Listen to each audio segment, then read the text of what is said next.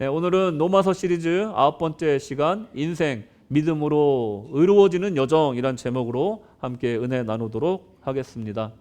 네, 오늘은 지난 시간에 이어서 우리 인간의 전적 타락과 또 죄에서 의롭다 칭함을 받는 그 부분에 대해서 깊이 또 다시 한번 더 깊이 공부해 보도록 하겠습니다. 저는 이 로마서 시리즈를 통해서 전심으로 주님을 따르고 또 주님을 진지하게 섬기며 주님을 닮아가는 이 참된 그리스도인으로 우리 모두가 성숙하여지기를 소망합니다. 할렐루야. 오늘 본문은 신앙에 대해서 아브라함을 통해서 설명을 합니다. 아브라함의 인생의 여정은 이 한 성도가 성숙해 가는 과정을 보여주는 표본이라 할 수 있겠습니다. 오늘 본문을 통해서 우리의 인생이 하나님의 이 공의로움과 또 사랑을 닮아가는 이 신앙의 여정으로 가는 것을 한번 살펴보도록 하겠습니다. 첫째로 믿음으로 구원받음. 네, 사도 바울은 칭의라는 이 어려운 신학적 주제를 이 피부에 와닿도록 설명하기 위해서 자신들의 조상인 이 아브라함의 예를 듭니다. 그러니까 아브라함에 대해서 1절에서 사도 바울은 먼저로 이 우리의 조상이다라고 설명하고 있습니다. 1절을 보시면 유대인들에게 이 아브라함은요, 1절 보여주세요. 아브라함은 민족의 뿌리이고 또 시작입니다. 그뿐만 아니라 믿음의 조상이고 이 신앙의 뿌리와도 같은 사람이에요. 그러니까 현대에 와서는 심지어 이 이슬람교에서도 아브라함이 우리의 조상입니다 이렇게 얘기할 정도로 아브라함은 그 근동 지역에서 아주 위대한 신앙의 사람으로 유명한 사람이었어요. 그러니까 누가 뭐래도 유대인들에게 아브라함은 위대한 사람입니다. 누가 뭐래도 믿음의 표본이자 모범인 사람이 바로 아브라함이었던 거예요.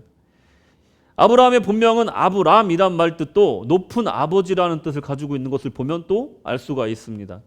이 사도 바울은 1절에서 아브라함을 육신의 조상으로 언급하면서 유대인들이 가장 공감할 만한 인물을 내세우고 있는 것이에요. 그러니까 우리로 치면은 어떤 것이 될까요? 단군 할아버지를 들어서 예를 들어 설명하는 거다라고 설명할 수가 있는 거죠. 그리고 나서 질문을 합니다. 무엇을 얻었다 하리요? 이렇게 질문을 해요. 이 질문을 풀어보면 이렇습니다. 이 앞에 우리가 지난주에 설교한 그 내용에서 이 율법도 도덕도 어떤 선행도 구원을 얻게 하지 못한다.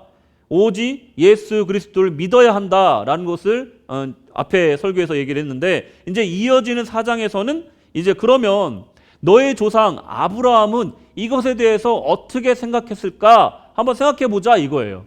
그 질문이 되겠습니다. 아브라함과 그의 인생은 그 구원에 대해서 믿음에 대해서 의롭게 되는 것에 대해서 어떻게 무엇이라 말하고 있느냐 이 질문을 지금 하고 있는 것입니다. 그 질문에 답을 하고 있는데 먼저 3절을 보면요. 다 같이 읽겠습니다. 시작.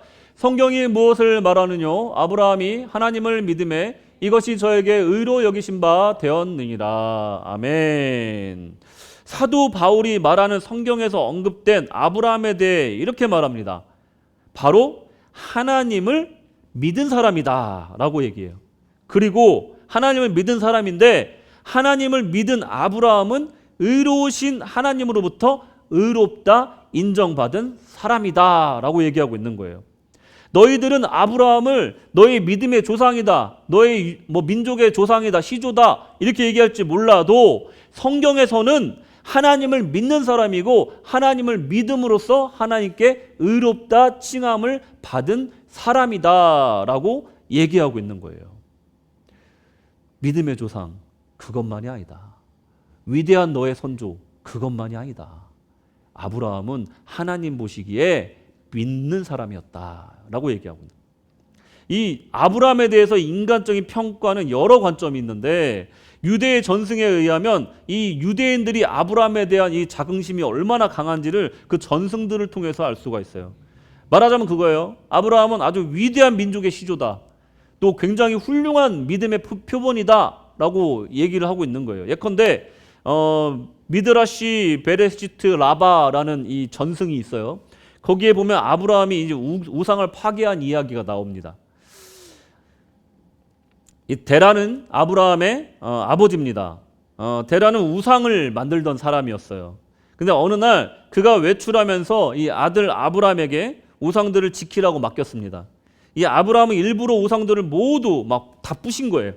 그 다음에 가장 큰 우상 손에 몽둥이를 들려놨어요. 나무 몽둥이를. 그 다음에 아버지 데라가 돌아오자 아브라함이 이렇게 말합니다. 작은 우상들이 서로 막 싸우다가 저 큰 우상이 화가 나서 다 부셔버렸습니다, 아버지. 이렇게 얘기한 거예요. 기가 막히죠. 아니 지가 다 부셔놓고 저 큰 우상이 작은 우상을 부셔놨대. 그러니까 아버지가 화가 났겠잖아요. 그러니까 그럴 리가 있느냐? 이거 말도 못하는 이 나무나 돌인데 이것들이 무슨 서로 부시고 서로 싸우냐? 라고 소리쳤습니다.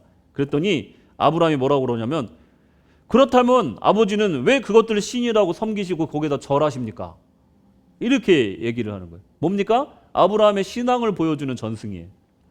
또 다른 전승에서는 림도르 왕과의 전투에서 불에 던져졌는데도 살아났다, 아니면 별을 관측하다가 창조주를 깨달았다든가 하는 식으로 아브라함의 위대함을, 또 남다른 신앙을 숭배하는 이야기들이 많이 전승이 되고 있어요. 우리가 이 전승들을 통해서 또 캐치할 수 있는 인사이트가 뭡니까? 예. 물론 이 모든 이야기들이 사실일지도 몰라요. 또 거짓일 수도 있고요. 만들어낸 얘기일 수도 있습니다. 하지만 사람들의 관심을 갖는 것이 무엇이고 하나님이 보시는 관점이 무엇인가의 차이를 이것을 통해서 알 수가 있다는 거예요. 하나님은요, 인간의 위대함 같은 것에는 관심이 없으세요. 하나님은요, 인간의 잘남에 대해서 관심이 없으세요. 하나님은요, 누가 부자고 가난한 거 상관 안 하신다는 거예요. 교회에 오면 똑같은 사람이라는 거예요. 하나님께서 오직 관심 있는 것은 그 사람이 진정 하나님을 믿는가에만 관심이 있다는 거예요. 할렐루야. 하나님은 우리를 보실 때 오직 믿음만을 인정하시는 거예요. 아무리 위대하고 인류를 위해 헌신한 성인이나 위인도 하나님 앞에 다 똑같은 인간이다라는 것입니다. 하나님께서는 오직 믿음이 있는가 없는가만이 기준이 된다는 것을 이 전승들을 통해서 우리가 알 수가 있고, 이 아브라함에 대한 평가에서 우리가 배울 수가 있는 거예요. 2절에 보시면, 만일 아브라함이 행위로서 의롭다 하심을 얻었으면 자랑할 것이 있으려니와 하나님 앞에서는 뭐라고요? 없느니라. 없느니라. 아브라함은 우리 조상이다, 믿음의 조상이다 칭송하지만 사실 행위로서 자랑할 만한 것이 없다 이거예요. 단지 그가 하나님에게 인정받은 단 한 가지, 그가 구원받은 단 한 가지 이유는 바로 믿었기 때문이다. 할렐루야. 이것이 바로 하나님의 관점이라는 거예요. 하나님이 여러분들을 보는 관점도 마찬가지예요. 오늘 주일날 누가 예쁘게 입고 왔나, 누가 예배를 이렇게 열심히 드리나, 그 겉모습을 보시는 게 아니라 우리의 심령 깊숙이 있는 우리의 중심을 보시고, 우리가 하나님 앞에 어떻게 진실되게 예배드리고 있고, 정말 우리의 죄를 주님 앞에 고백하며 다시는 그 죄 가운데로 나가지 않으려는 좀 회개하는 열매를 맺고 있는가, 하나님은 그것을 보신다는 것입니다. 자, 하나님께서 인정하시는 이 믿음이 무엇이기에 어떤 위대한 업적이나 선행보다 더 가치 있게 여기셨을까? 이 아브라함의 믿음에 대해서 우리가 살펴보지 않을 수가 없습니다. 어떤 믿음이었길래 하나님은 그의 믿음을 그렇게 인정해 주셨을까? 17절, 18절에 보시면 이 진정한 믿음의 형성 과정에 대해서 힌트를 제공하고 있어요. 그러니까 믿음이 그냥 딱 어느 날 갑자기 딱 생긴 게 아니라는 거예요. 형성된 과정이 있다는 거예요. 관계가 있다는 거예요. 그러니까 믿음은 어떻게 형성되었는가? 단순히 우리가 믿겠다 하면 그때 믿음이 딱 생기는 게 아니라는 거예요. 그 과정에는 하나님의 은혜가 먼저 있어야 돼요. 하나님의 그 큰 은혜가 있어야 돼요. 거기에 우리의 아주 미미하고 보이지 않을 정도 작은 우리의 믿음의 화답이 있어야 되는 거예요. 그것이 바로 우리가 믿음을 갖게 되는 과정이라는 거죠. 그것을 이렇게 표현합니다. 17절에 하나님은 죽은 자를 살리시며 없는 것을 있는 것으로 부르시는 이 신이라. 아멘. 하나님께서는요, 죽음을 생명으로, 없는 것을 있는 것으로 역사하시는 하나님이시라는 거예요. 인간의 눈으로 바라볼 때는 없는 것임에 분명한데, 하나님께서 죽은 것을 살았다 하고 없는 것을 있다 하면 아브라함이 그저 믿었다는 거예요. 그러니까 하나님이 없는 것을 있게 한다는 건 무슨 말입니까? 75세 이전까지는요, 아브라함은 하나님을 믿던 사람이 아니에요. 우상의 그 신상을 만들던 가문의 아들이었습니다.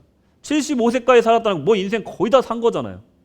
얼마 안 남은 노년이 남은 거 아닙니까? 그때까지 일평생을 그냥 우상을 섬기다 산 사람이에요. 근데 어느 날 갑자기 여호와 하나님께서 그에게 찾아오셔서 그 마음속에 명령하십니다. 친척 아비의 집을 떠나라.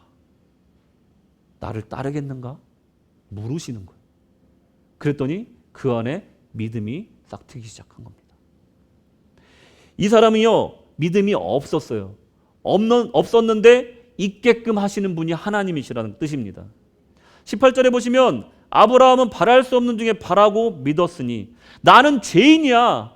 나는 정말 우상을 평생 섬기던 정말로 불경한 사람이야. 하나님에게 가장 미워하는 행동을 평생 한 사람이야. 우상을 섬겼으니까. 내가 하나님을 믿는다는 건 말도 안 돼. 이거는 있을 수 없는 일이야. 바랄 수 없는 일이야. 하지만 바랄 수 없는 중에 주여 저는 죄인입니다. 저를 구원하여 주시옵소서 하고 바라는 것입니다. 이게 바랄 수 없는 중에 바라는 거예요. 나는 구원받을 자격이 없어. 나는 그 어떤 선한 일을 한 적이 없어. 하나님의 큰 은혜를 받을 자격이 없는 사람이야. 그런데 하나님, 제가 그 은총이 없이는 살 수가 없습니다. 하나님, 저를 용서하시고 저를 구원하여 주시옵소서. 바랄 수 없는 중에 바라는 것, 이게 바로 믿음이라는 거예요. 이게 바로 믿음이라는 거예요. 하나님께서 팥으로 매줄 쓴다 하여도 하나님이 된다 하면 믿는 것입니다. 사막에 강물이 흐르게 한다 하시면 하나님의 말씀이니 믿는다는 것이에요. 여러분, 대한민국의 선조들이 어땠습니까? 여러분, 우리의 나라의 역사를 한번 보세요. 이 나라는요, 우리가 지금은 참 잘 살고 있잖아요. 제가 이번에 한국 가보니까 너무나 풍성해, 모든 게. 뭐 시간 상관없이 내가 뭐 치킨 먹고 싶다 그러면 전화 딱 해가지고 배달해 주세요. 그러면 뭐 그냥 30분 안에 그냥 날라옵니다. 예. 그래서 그냥 뭐 60개 치킨이니 뭐 청년 피자니 막 날라와요. 그러면 그리고 또 어딜 가나 교통이 잘 돼 있어. 정말 너무나 풍성한 나라고 편한 나라예요. 살기 참 좋다. 날씨 빼고. 날씨는 정말로 힘들더라고요. 여름에는 참 가기가 힘들더라고요. 날씨 빼고 정말로 훌륭한 나라더라고요. 이 나라가 언제부터 이렇게 잘 살게 됐습니까? 여러분 생각해 보세요. 저는 뭐 그 시절을 살아보지 않았습니다만은, 배웠습니다만은, 이 2차 대전이 끝나고 태평양 전쟁이 끝나고 나자마자 우리나라 정말 불행하게도 민족 상전의 비극을 겪었잖아요. 6.25 전쟁이 일어났어요. 이 나라 전체의 기관 시설이 하나도 남지 않고 폐허가 된 나라였어요. 그 나라에서 우리 믿음의 선배들이 뭐 했습니까? 맨바닥에다가 천막을 치고 거기서 울부짖으면서 나라와 민족을 위해서 기도했지 않습니까? 그 결과 우리나라 이렇게 잘 살게 된 것입니다. 할렐루야. 믿으셔야 돼요. 믿음으로 우리나라 잘 살게 된 거예요.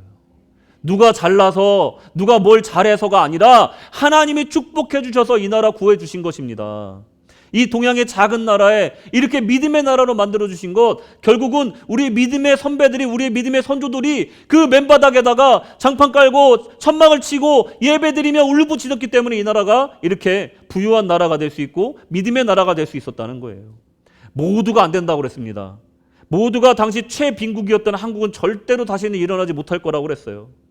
일본은요, 2차 대전이 끝나면서 패망하며 철수하면서까지도 미국과 소련들을 협상을 하면서 38도선을 일본이 그은 거예요, 여러분. 그거 아십니까? 일본은 가는 날까지 우리 죽어라 한 나라예요. 이렇게 사방에 우겨쌈을 당하면서 정말 죽어라 했던 이 나라가 믿음으로, 믿음의 선조들의 기도로 이렇게 일어서게 된 줄로 믿으시기 바랍니다. 유대인들에게 사도 바울이 똑같은 질문을 하는 거예요. 너희 유대인들아, 그렇게 수없이 하나님을 배반하고 죄악을 행하고 가증한 일을 행했던 너희들이 왜 아직까지도 살아있고 지금까지도 너희들이 축복받고 살고 있는지 아느냐? 그것은 믿음 때문이다. 그걸 지금 얘기하고 있는 거예요. 위대한 선조들이 있어서가 아니라는 거예요. 원래 민족이 뛰어나서 그런 것이 아니라는 거예요. 믿음 때문에 이렇게 살 수 있다는 거예요. 믿음 때문에 지금 축복받고 있다는 것을 지금 사도 바울이 유대인들에게 얘기하고 있는 거예요. 아브라함이 믿음의 조상이 된 이유가 무엇이냐? 그것은 바로 하나님을 전적으로 믿었기 때문이라는 거예요. 아브라함은 위대한 사람도 아니고 더욱이 거룩한 사람도 아니었다. 그는 우상을 섬기고 목상, 석상, 금상을 만들던 사람이에요. 그가 여호와 하나님을 믿음에 하나님이 그를 부르셨다라는 것입니다. 믿음이 있는 사람을 부르는 것이 아니었다는 거예요. 경건한 사람을 불렀다는 것이 아니에요. 믿음의 불모지에서 그를 인도해 내신 겁니다. 믿음이 없던 아브라함을 부르신 거예요. 내가 믿은 것 같지만 하나님이 나를 부르신 것이라는 것입니다. 믿을 만한 싹이 보인 것도 아니었다는 것입니다. 오히려 우상 숭배와 죄악 가운데 있던 나를 부르신 것이 그 믿음의 과정이라는 것입니다. 그것이 바로 없는 것을 있는 것으로 부르시는 역사라는 것입니다. 아브라함이 인정하는 것은 이런 하나님의 부르심에 믿음으로 응답했다는 것, 바로 그것이 바랄 수 없는 중에 바람이라는 것입니다. 이게 바로 믿음이에요. 다 될 것 같은 거 믿는 것이 무슨 믿음입니까? 바랄 수 없는 것, 이루어질 수 없는 것을 바라고 기도하는 것이 믿음인 줄로 믿으시기 바랍니다. 믿음은 이렇게 상호작용하는 거예요. 그러면서 형성되는 거예요. 단 엄청나게 큰 하나님의 은혜 가운데 보이지도 않는 미비한 우리의 믿음이 합쳐져서 우리의 믿음이 형성된다는 거예요. 여러분, 종종 간증하신 분들 중에 뭐 그런 뜻은 아니었겠지만 오해를 받는 경우가 있어요. 내가 제 발로 교회에 왔고 자기가 잘해서 신앙 생활을 잘했고 그래서 복 받았다, 뭐 이렇게 간증하시는 분들이 있는데, 물론 간절히 기도하고 들어주셔서 응답하셨겠지만 사실 하나님의 전능하신가 부르심이 없었다면 여기 그 누구도 이 교회에 앉아 있을 사람 아무도 없다는 것을 믿으십니까? 하나님은요, 우리를 믿음을 주셨기 때문에 우리가 올 수 있었다는 것입니다. 아브라함은 하나님이 함께 하신 것을 믿어 하란을 떠날 수가 있었습니다. 아브라함이 큰 결단을 하여서 순종한 것이 아니라 하나님이 그에게 믿음을 주셨기 때문에 믿고 떠날 수 있었다는 것입니다. 아브라함은 자기 아내를 누이로 속여서라도 목숨을 부지하려던 그런 속 좁은 사람이었고 정말 평범한 사람이었어요. 원래부터 강단이 있는 담대한 사람이라고 말할 수가 없다는 거예요. 그의 순종은 하나님께서 그에게 믿음을 허락하신 결과로 나타났다는 것입니다. 믿음은 원래 내 것이 아닙니다. 의도 내 것이 아니에요. 하나님께서 주신 것인 줄로 믿으시기 바랍니다. 아들 이삭을 동물을 각을 뜨고 피를 흘려 불로 태워 올려드리는 번제로 드리려 했던 그 역사는 어떻습니까? 어떻게 보고 듣도 못한 그 신앙의 시험을 만점으로 통과할 수 있었을까요? 이 신학자들은 이때를 아브라함의 신앙의 절정기라고 평가를 하는데 어떻게 이런 신앙을 나타낼 수가 있었을까요? 24절을 보시면 의로 여기심을 받을 우리도 위함이니 곧 예수 우리 주를 죽은 자 가운데서 살리신 이를 믿는 자니라. 아멘. 여러분, 이렇게 쑥 읽고 지나가면 이 말씀이 그냥 평범한 말씀처럼 느껴질 수 있어요. 근데 이 말씀 가운데는요, 성경 전체를 처음부터 끝까지 관통하는 이 구원의 역사가 이 한 구절에 담겨 있어요.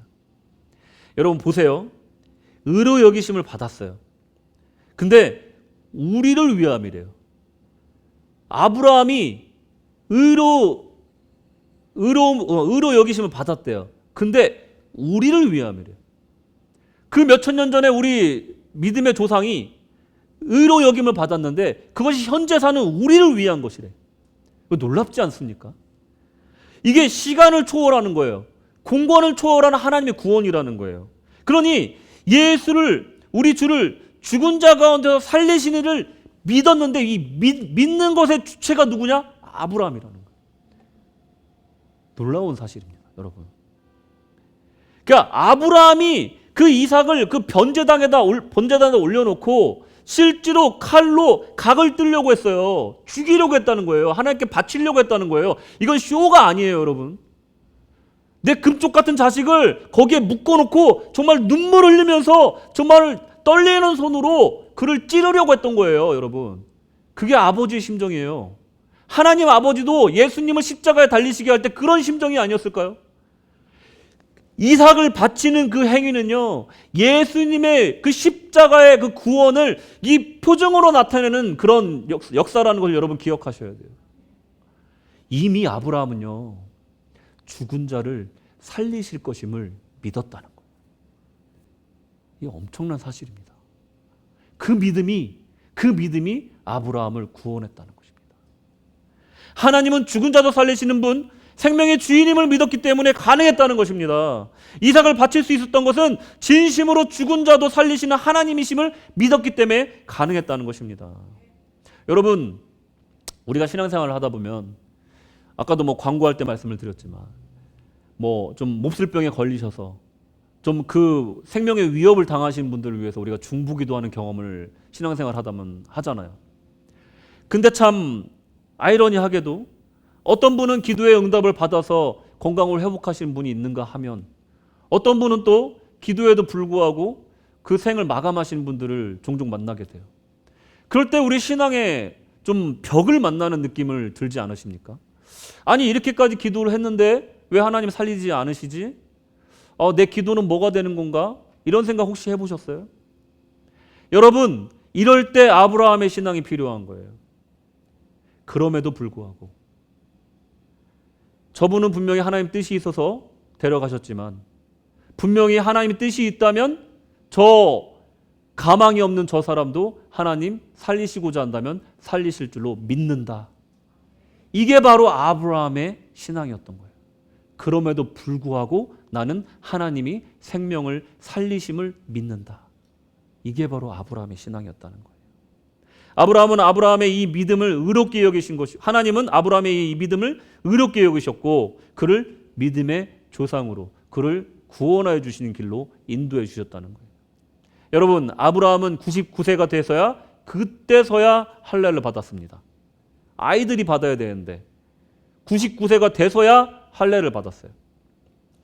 그 부르심을 받은 나이가 75세였습니다. 아브라함 시대를 훨씬 지나서야 모세는 시내산에서 두 돌판에 새긴 율법을 받았습니다. 이게 무슨 뜻입니까?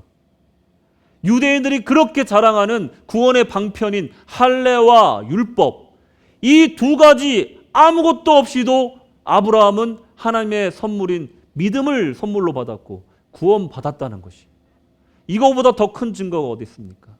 율법 아니라는 거예요. 도덕적인 선이 아니라는 거예요. 종교적인 의식이 아니라는 거예요. 오직 믿음만이 구원에 이르게 한다는 것을 믿으시기 바랍니다. 아브라함은 할례 없이 율법 없이도 하나님께 의롭다 여김을 받았다는 것입니다. 두 번째로 기쁨으로 순종함. 이렇게 아브라함을 통해서 우리가 구원받는 인생이라는 게 어떤 것이냐. 75세까지 이런 삶을 살았던 삶도 이 사람이 나중에는 구원받고 정말 인생을 사는 것처럼 살다가 또 하나님께로 갈 수 있구나라는 것을 우리가 아브라함을 통해 배우게 되잖아요. 그러면 그의 기쁨으로 순종함이 어떻게 가능했는가를 한번 살펴보겠습니다. 여기 계시는 모든 우리는 다 믿음을 선물로 받았습니다. 할렐루야. 구원받은 성도는 누구나 기쁨으로 헌신하고 부르심에 순종하고자 합니다. 그 성도의 기쁜 순종은 하나님께서 참 기쁘시게 받으시는 것이에요. 여기 모든 분들은 하나님 나라를 위해서 어떤 형태로든 보탬이 되고자 하는 마음을 가지고 계실 거예요. 그런데 이 순종하는 것이 참 힘듭니다. 더욱이 기쁘게 자원하여서 순종한다는 것은 더더욱 힘들어요. 신앙생활 해보신 분들은 다 아실 거예요. 이 능력이 안 되는 것 같아서도 안 되고 상황이 되질 않아서 하고 싶어도 못하는 경우도 많이 있습니다. 그럴 때만 하나님을 기쁘시게 못하는 것 같아서 이 마음이 무거운 채로 신앙생활을 계속하게 돼요. 저는 오늘 이 말씀을 준비하면서 이 교회에서 찬양 리더로서 몇십 년을 하고 또 안수 집사로서 오랫동안 신실하게 봉사하던 저의 절친과 나눴던 대화가 떠올랐습니다.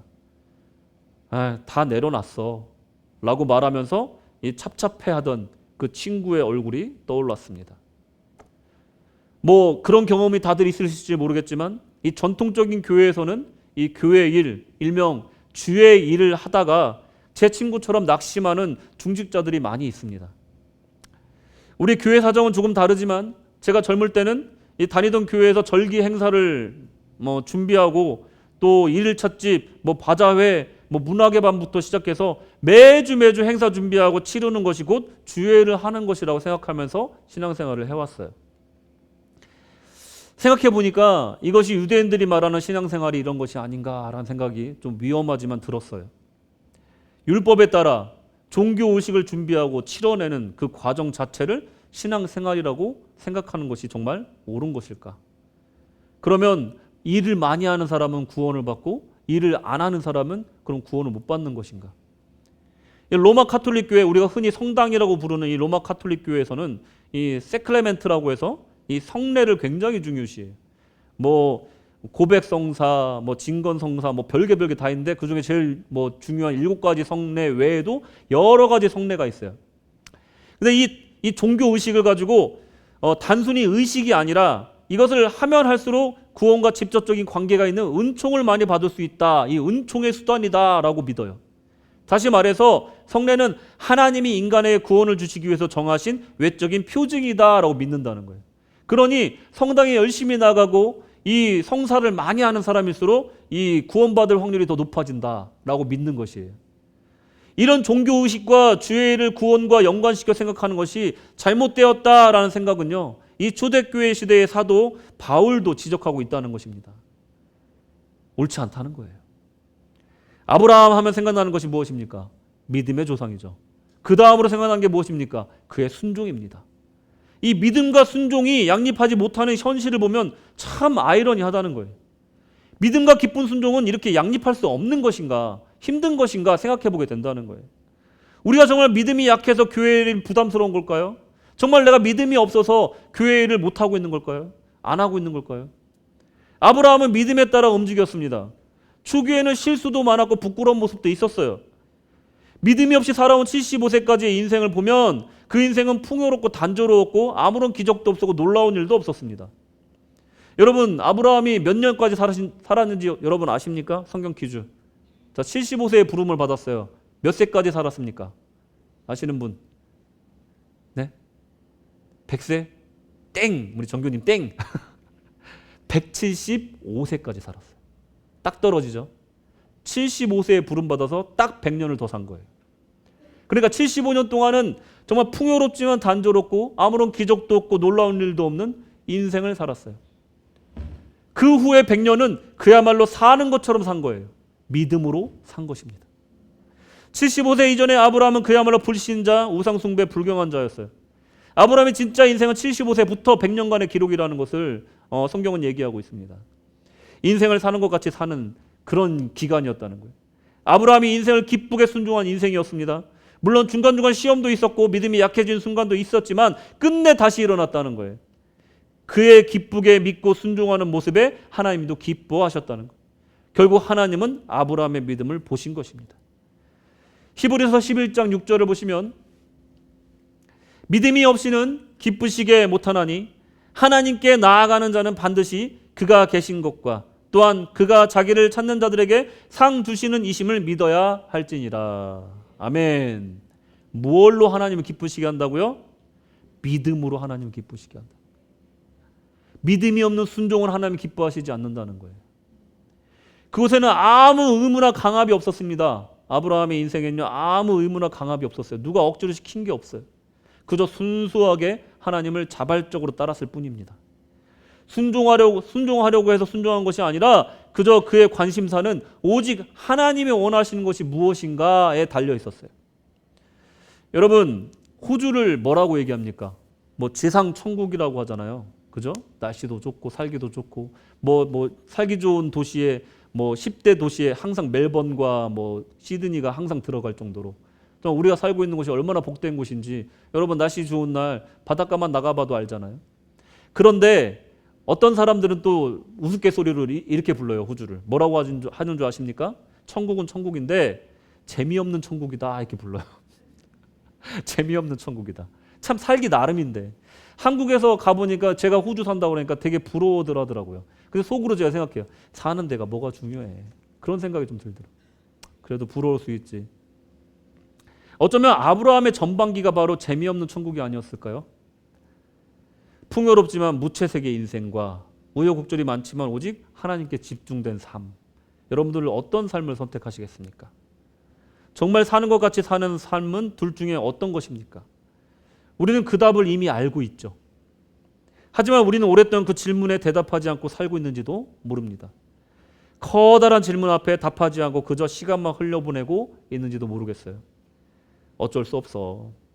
에이, 뭐 나는 믿음이 그렇게 크지 않고 없는데 라고 변명하면서 또 그 질문을 회피했을지도 몰라요. 75세 한 노인은요, 그 질문 앞에 믿음으로 화답하여 믿음의 시조가 되었습니다. 구원을 얻었습니다.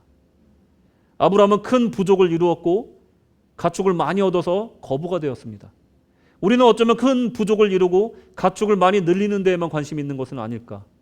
그래서 하나님께서 우리에게 원하시는 길이 무엇인지 생각하지 않고 오히려 그 길에 걸림돌이 되고 있지는 않은지. 아브라함이 평생을 하나님과 동행한 것은 하나님을 믿었기 때문이고 그의 인생의 목적 자체가 하나님과 동행하는 것이었다는 것을 여러분 생각해 보십시오. 자, 그렇다면 우리는 어떻게 하면 기쁨으로 순종할 수 있는가 하는 질문으로 다시 돌아갑니다. 어떻게 하면 우리가 기쁨으로 순종할 수 있을까? 없는 마음을 어떻게 만들어낼 것인가? 이 신앙생활의 본질은 관계에 있다라는 말이 답입니다.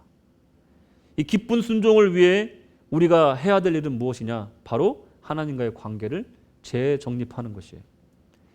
4절 5절을 보시면 일하는 자에게는 그 싹을 은혜로 여기지 아니하고 빚으로 여기거니와 이를 아니할지라도 경건치 아니한 자를 의롭다 하시는 이를 믿는 자에게는 그의 믿음을 의로 여기시나니. 아멘. 말이 어려우세요? 쉬운 말이에요. 일하는 자로 생각한다는 거예요. 주님을 마치 일시키는 주인으로 생각한다는 거예요. 율법적 사고로, 도덕적 사고로, 종교적 사고로 볼 때 하나님과 나의 관계가 기브앤테이크라는 거예요. 일시키는 주인과 일하는 사람과의 관계로 신앙생활을 하면 어떻게 됩니까? 구원을 주셨으니 내가 일을 해야지. 이 정도로 머물게 된다는 거예요. 거기에는요, 자발적이고 기쁜 순종은 이어질 수가 없어요. 그런데 하나님을 값없이 은혜를 주신 자비로운 하나님으로 여기는 관계면 전혀 달라진다는 거예요. 하나님은 우리를 구원하시는데 아무 조건을 걸지는 않으시는 거예요. 단 믿음만 거시는 거예요. 믿으면 돼. 일을 안 해도 돼. 일을 아니할지라도, 여러분들이 반가워할 만한 말씀이죠. 일을 아니할지라도 하나님 어떻게 하신다고요? 의롭다. 믿기만 하면 의롭다 하신다는 거예요. 경건치 아니한 자들에게 뭐라고요? 믿기만 하면 내가 그 죄를 도말하고 간과하여 너희들 의롭다 여겨주겠다. 여러분, 교회가 진정해야 될 일이 많은 프로그램이나 행사가 아니라는 거예요. 결론에 이를 수밖에 없다는 거예요. 본질적으로 하나님을 잘 믿을 수 있게 도와주는 길, 그것을 인도해 주는 것, 그것이 교회의 할 일이라는 거예요. 성도 각자의 삶에서 하나님이 나타내고자 하는 뜻이 무엇인지 잘 찾아갈 수 있게끔 도와주는 일, 그게 바로 교회가 해야 될 일이라는 것입니다. 거창한 비전이나 웅장한 목적이 아니라 그저 하나님과 날마다 더 깊어지는 관계가 최고의 목적이 되게 하는 것, 그것이 교회가 해야 될 일이라는 것입니다. 억지로 끌려다니는 것이 아니라 자발적으로 기쁨으로 순종하게 하는 것, 그것이 교회가 해야 될 일이라는 것이죠. 기쁘게 순종하는 길, 곧 하나님과의 관계에 그 답이 있다는 거예요. 믿음의 본질은 곧 관계라는 것이. 결국 아브라함의 여정은 믿음으로 말미암아 시작하여 평생을 이끄신 대로 따르다가 그 구원이 이루어졌다는 것입니다. 여러분, 로마서 4장 21절을 보시면 약속하신 그것을 또한 능히 이루실 줄로 확신하였으니. 아멘. 아브라함은 기쁨으로 순종할 수 있었던 것은 순종하려고 애쓰고 힘쓴 것도 아니고 구원받으려고 내가 뭔가 열심히 한 것도 아니에요. 그냥 하나님만 바라본 거예요. 하나님, 제가 무엇을 하길 원하십니까? 제가 오늘 이 하루를 어떻게 살길 원하십니까? 제가 만난 저 사람을 어떻게 대하길 원하십니까? 하나님을 대하듯이 그 사람을 섬겨줘라. 예수님을 대하듯이 그에게 물 한 모금이라도 나눠줘라. 천사를 대접하듯이 풍성하게 섬겨라. 하나님이 그렇게 말씀하시면 그렇게 하는 거예요. 그러면 나도 기쁘고 하나님도 기쁜 순종의 삶이 이루어진다는 것입니다. 우리는 자꾸만 반항해요. 우리는 자꾸만 하나님이 무엇을 말씀하시는지 자꾸만 안 들으려고 합니다. 또 하나님과 동행하지 않으려고 해요. 그것은요, 우리가 어쩔 수 없어라는 말로 대처할 수가 없습니다. 믿음이 약해서요 라고 합리화할 수가 없는 거예요. 왜냐하면요, 이 신앙이라는 것, 믿음이라는 것은요, 영혼이 죽고 사는 문제이기 때문에 그렇습니다. 너무나 긴급한 문제이고 중요한 문제예요. 내가 하나님을 믿느냐, 하나님을 따르느냐 안 따르느냐, 이 문제는요 정말로 죽고 사는 문제라고 생각하셔야 돼요. 그래야지만이 우리 삶 가운데 나도 모르게 기쁨의 순종이 나타날 줄로 믿습니다. 결론입니다. 하나님과 나의 관계에서 은혜가 충만하였을 때 이 자발적인 순종이 흘러넘칩니다. 먼저 하나님과의 관계에 충만해져야 됩니다. 내 잔이 넘칠 때 그 넘치는 은혜로 순종도 하고 일도 할 수 있는 것입니다. 만약에 교회를 하다가 지치신 분이 있다면 저는 말씀드립니다. 지금 당장 일을 멈추시고 여러분의 신앙을 충만케 하십시오. 하나님과의 일대일의 관계 속에서 하나님이 어떤 분이신지 정확하게 정립하시기 바랍니다. 하나님이 나려주시는 넘치는 은혜를 여러분 심령 가운데 가득 채우시기 바랍니다. 그러고 나서 일을 하든지 순종을 하든지 하시기 바랍니다. 그래야 여러분의 인생이 기쁜 순종과 감사함이 넘쳐나는 충만한 인생이 될 줄로 믿습니다. 주님은 우리의 겉모습을 보지 않으십니다. 주님은 아브라함을 보신 것처럼 우리의 중심에 하나님 앞에 선 나의 벌거벗은 영혼을 보십니다. 그가 나를 그럼에도 불구하고 믿는가? 어떠한 상황에서 나를 배반하지 않는가? 그걸 보신다는 것이. 여러분, 아브라함이 믿음의 조상이 된 과정을 생각해 보십시오. 구원은 번개치듯이 이루어지지 않습니다. 평생을 주님 앞에 어떻게 사느냐가 구원의 여정임을 기억하십시오. 주님을 믿고 주님만 바라보며 주님과 동행하시어 결국에는 의롭다 여김을 받는 복된 성도님들 되시기를 주님의 이름으로 축원합니다. 아멘.